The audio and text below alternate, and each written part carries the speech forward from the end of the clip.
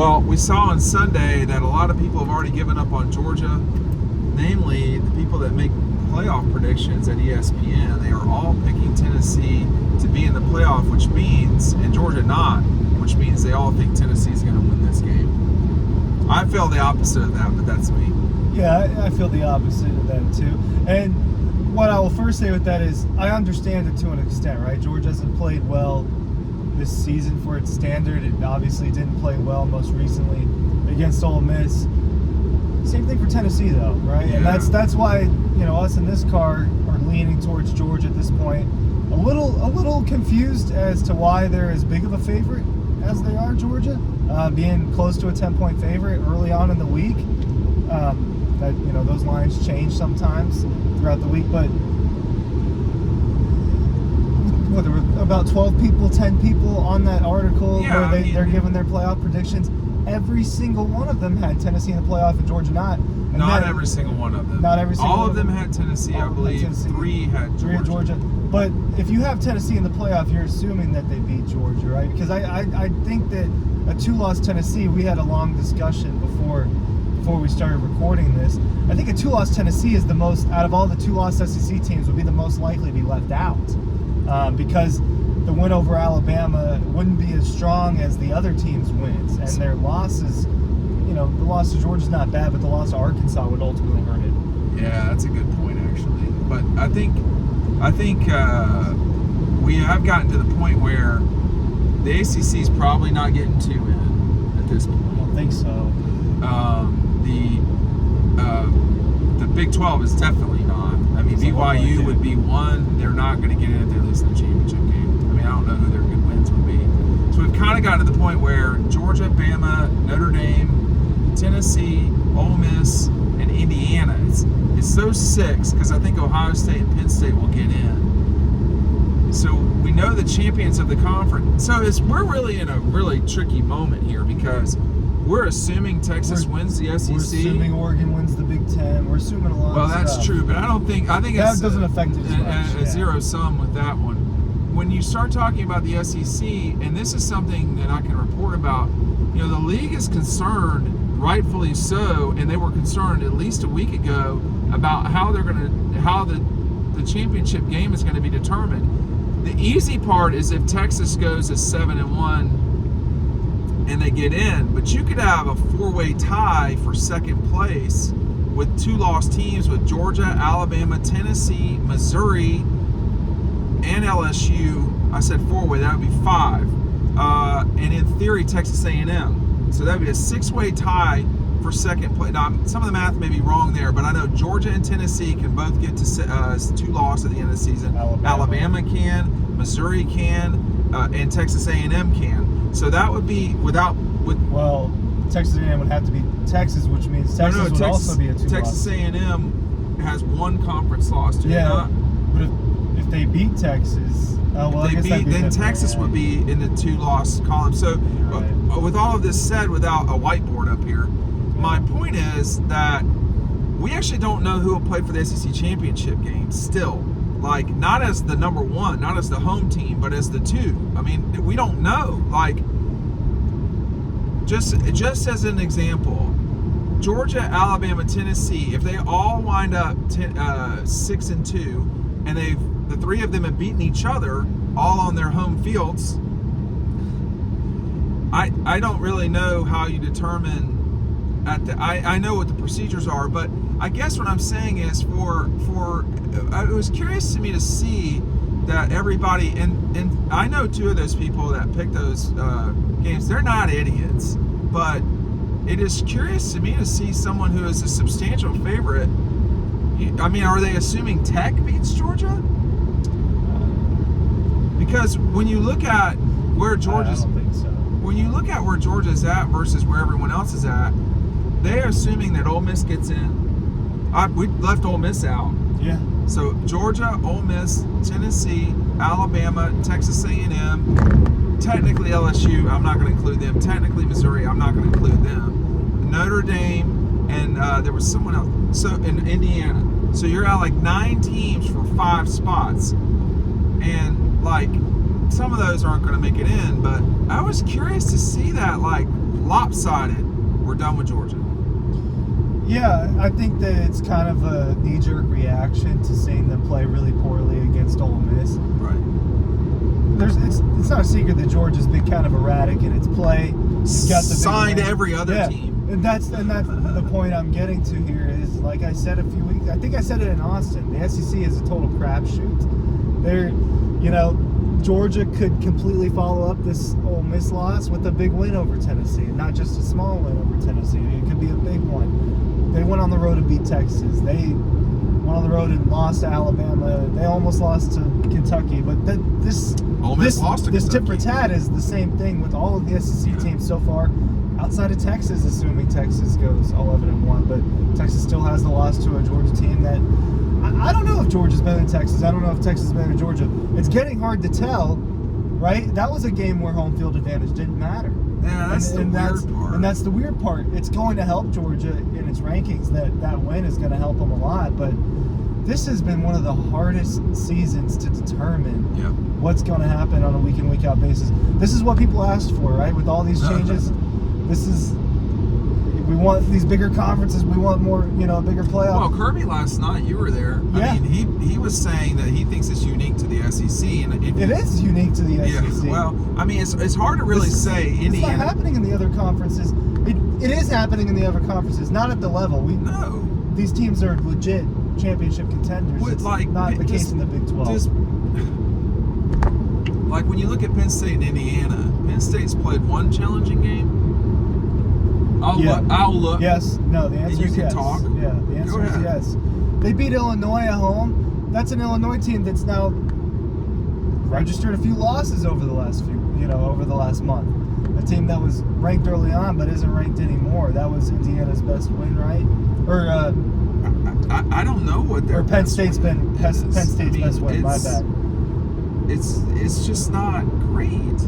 But with Penn State, I mean, they fought closely against Ohio State, and they're ultimately going to be judged by that more than the rest of the schedule. West Virginia, Bowling Green by 7, Kent State, Illinois, UCLA, USC in overtime, Wisconsin. They lost to Ohio State, and then they beat Washington. Penn State doesn't have the losses Georgia has.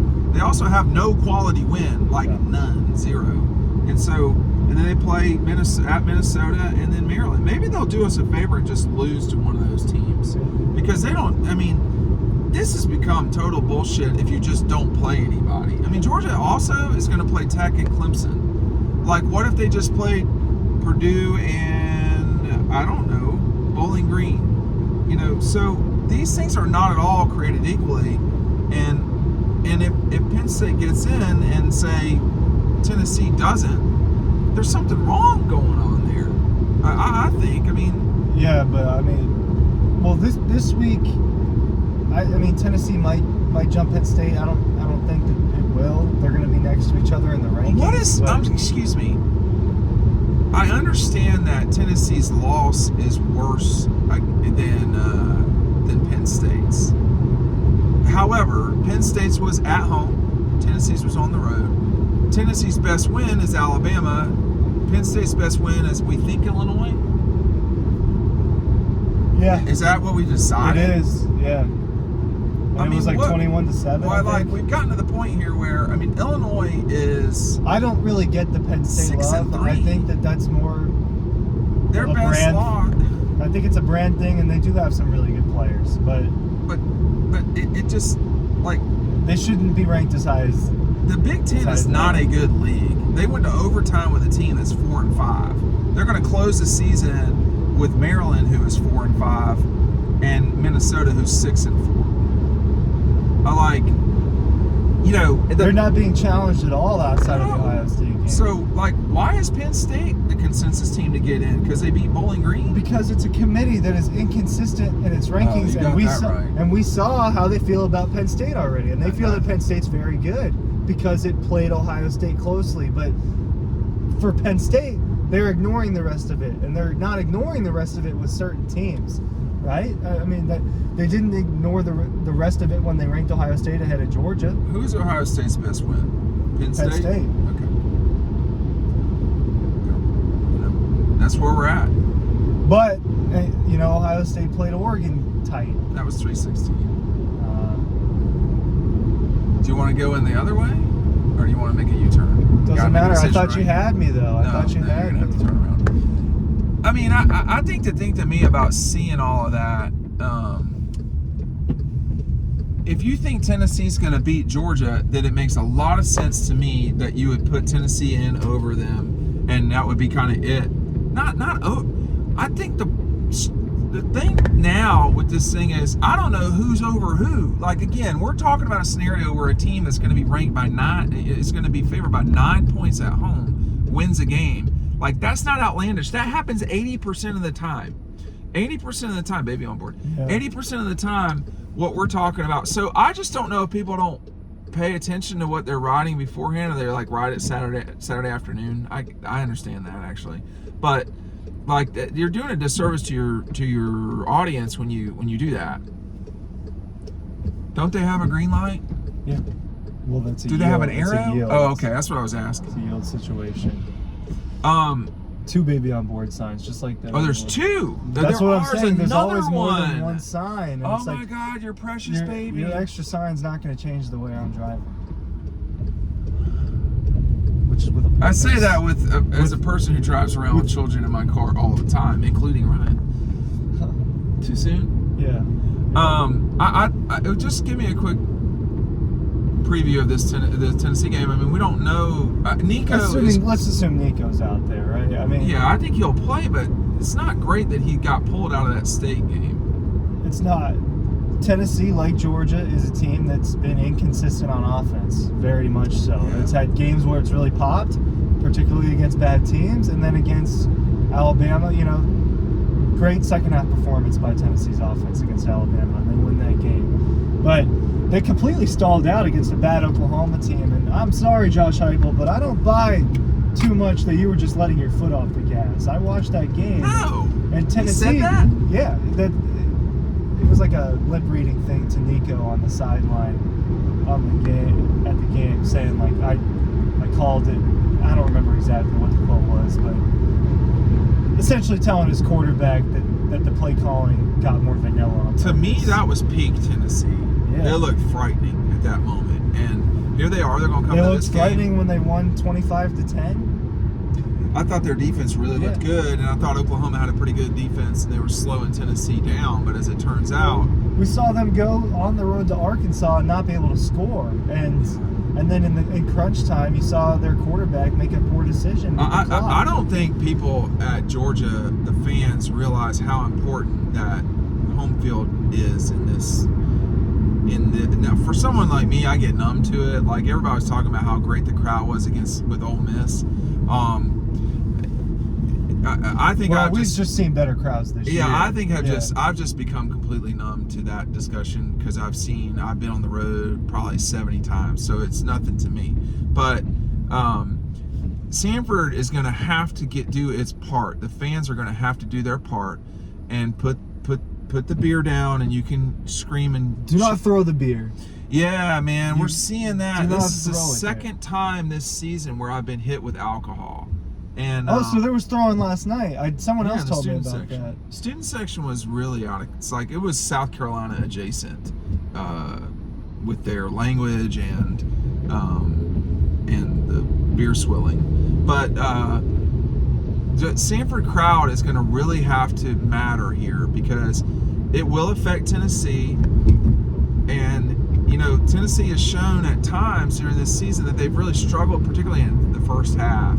So it's time for Georgia to put a complete game together. They've got, I would say 2 home games where they're going to get, a challenging situation. I don't know what to make of Georgia Tech. I mean, they lost to Virginia Tech a week ago, and then they beat Miami. This is just sort of standard Georgia Tech. I don't know. But they'll be completely ready to play when they come to Athens. So it's all do or die now, and you can't lose any of that. And the good news is, if you like night games, well, guess what? You get your wish. Yeah, I mean, look, this is the season, this game. This is, do you want to stay alive, or do you want to go to Orlando or somewhere not fun for the bowl game? I have zero interest in that. And we might get sent down there. No. So that's going to be a one-day Willie trip there, because I'm not spending any money at Disney World. That's not happening. Yeah, I mean, look, This, just like it was for Ole Miss, this is Georgia's season right here in terms of staying alive, and just like a lot of these SEC games are going to be at the end of the year, it's going to be that way for Texas A&M. Yeah. When they play Texas at the end there, it was the way like that for Alabama and LSU last night, and Ole Miss. So the league is beating itself up. It was bound to happen if all the big, is real. if all the It is, and this Cam Rising. Cannibalizing. Oh, I thought you said Cam Rising, and I was Cam like, well, Rising, Cam that Rising's Utah- also always that beat Utah up. game was awesome. Well, he is, Yeah, but that I Utah thought that's where you BYU were game was going with awesome. it. But everybody's, you know where you're going here? Yeah, I know where I'm You going. know where you're going. Okay. Yeah. I just it's a fun time. Winners win. Winners win. We see the electronic one over here. That's back-to-back NIL related billboards. Hey man, hey, if you really want to get your voice out to millions of Georgia fans at a very low rate, guess who you need to call? Dean at dogpost.com. You can just go ahead and put it in the mentions. Well, don't put it in the mentions. Email me, Dean at dogpost. But I'm not going to read all the mentions. But it's a big game, and the crowd at Georgia is going to have to decide to be there in the moment. Y'all live your whole. Everybody's got their Georgia gear on. Everybody's running down to Scott and Mindy at Red Zone buying their Georgia gear and all this stuff. They wear it the whole year long. And now here's the moment that they really need you now. And if you're not going to do it now, what are you doing? You're making business deals? Go to the Braves games for that. Like they're going to need you in this moment. And if you don't, Tennessee is more than capable of beating Georgia. I am skeptical it will happen, just like I thought Georgia would have a hard time at Ole Miss. I think I have a beat on this group. They have a similar makeup to Ole Miss. Tennessee? Yeah. I think Jackson, I didn't think I'd say this at the beginning of the season. I think Jackson Dart's a better quarterback than Nico, though. I will say that. And the game is on the road. He might be a better quarterback. He's not more talented. He might be better right now. A better quarterback. Yeah. There's a difference. And Tennessee is going to try to run the ball. Ole Miss ran the ball effectively, and they did by the end of the game. Most of the game, neither team was running it. By the end of the game, Ole Miss was running it effectively. But, worn down defense at that point, man. Yeah. Well, force 5 field goals. If you're making Tennessee kick field goals, you're winning. And I think that's the other thing. But I was surprised when I saw that from the ESPN folks. I thought maybe I'm not shocked, because I think most people just don't consider the situation. It's a knee-jerk reaction. Maybe they're not considering the entire next month, next 3 weeks, and the way that things could go down. But maybe make no mistake, if Georgia beats Tennessee, they're locked into the playoff as long as they win against Georgia Tech and UMass. The 10-2 Georgia's not. If Georgia at 10-2 with losses on the road to likely playoff teams doesn't get it, I don't understand. And this committee has already proven with the first rankings it cares about the brands. Miami should not have been a top 4 team. Penn State should not be ranked where it's at. No. They care about the brands. That will help Georgia's favor in the end in terms of positioning and everything. But they have to beat Tennessee. Well, and the other thing, too, that all these SEC schools, now you're starting to get the NCAA tournamentification of this thing is, the Big 12 championship, they'd better hope that doesn't matter. The ACC championship, they better hope that doesn't matter. Like, if SMU is undefeated or whatever, I don't think they're undefeated, though. They lost to BYU. They lost to BYU. So like, Clemson with 2 losses getting in as the ACC champions, one thing. Clemson with 2 losses getting in as an at-large, which I don't see. Miami now is a team to watch. If I don't think anymore. I think that they have to win the league. I think probably everybody in the ACC has to win their league. The other thing I'd be concerned about if I were the ACC or the Big 12, and probably specifically the Big 12, if BYU doesn't win it, is am I going to get jumped for the spot in the Fiesta Bowl? Because I might, and that would be another thing, because you could see an ACC champion having to travel. But it is what it is. But I was surprised by that. I think people aren't paying attention to this a little. Or they all think Georgia's going to lose as a double-digit. Yeah, either they don't really see the whole picture of what's going on, or they just kind of gave up on Georgia. It's one or the other. It can't be anything else. It is hard to be intellectually honest about it. I mean, that's a lot of groupthink right there. And I'd be concerned if the line were like 3 or 4. I mean, yeah, I could see. No, I will say I'm also a little confused as to why the line is around 10. I will say both things are confusing to me. Well, I think it's a little high, but I think the thing to me is that road has mattered a lot in the SEC this year. Yes. A. For the most part. B. Has Georgia played better at home than away? Yeah, they have, but they've only played 3 times at home. I mean, they've scored 30-plus points every single game at home. They played pretty well They have a defensively. 6-game home schedule, and they've only done half of that. Yeah. I mean, Yeah, it's been a long season, but now you're at the moment of truth, one of many perhaps. If they don't win if they don't get the run game going, they're going to be done by the time Santa Claus comes down the chimney. Though I'll put it like that. Yeah, no, and the offensive. I mean, offensive line got to play better. maybe they can't. I think that they can. Maybe they don't have that in them because they haven't really ran the ball well for the entire season. Right. I mean, they've had a couple of solid games, but none of those marquee Georgia running games, and maybe they just don't have that. Right. And that's why they're doing the screens. Yeah. I mean, And like that's why- everybody yeah. hates Mike Bobo. I mean, he's not running it right up the middle. I mean, everybody, they've got what they've got right now, and it's not good. That's the problem. Is it's not where it needs to be on the offensive line specifically. You get that right, and you're talking about a different conversation. But Tate Ratledge hardly played, or when he did he? He barely played. Yeah, I mean, like that. He was out there Makes a a little bit. difference. And you didn't have Micah Morris. You didn't have Tate Ratledge. The offensive line just was not getting it done, and it was a problem. And that's why they lost the game yesterday. Make no mistake about it. Thanks for watching. We'll see you in the next video.